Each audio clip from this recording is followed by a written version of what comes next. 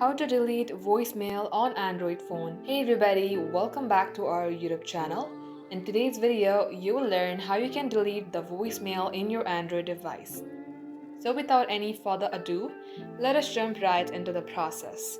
Start by opening up your settings application, and at this page, you will see a search bar. Tap onto it and search for phone. As you do so, it will show you all the results that includes a phone. Tap on About Phone under Call Settings. Here you will see the option of voicemail. Tap open it.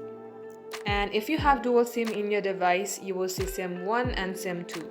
Go on to the voicemail number at the second option and make sure you delete the number. Then tap on OK. Now come back to your settings and scroll below to apps. Here again search for phone. Go on to its storage and clear the cache. Now come back and tap onto Force Stop on your bottom right, then tap on OK. Just like so, this is how you can do it. Thank you for watching the video till the very end. In case you would like to see more videos on this topic, then do comment down below. We will see you in our next upload.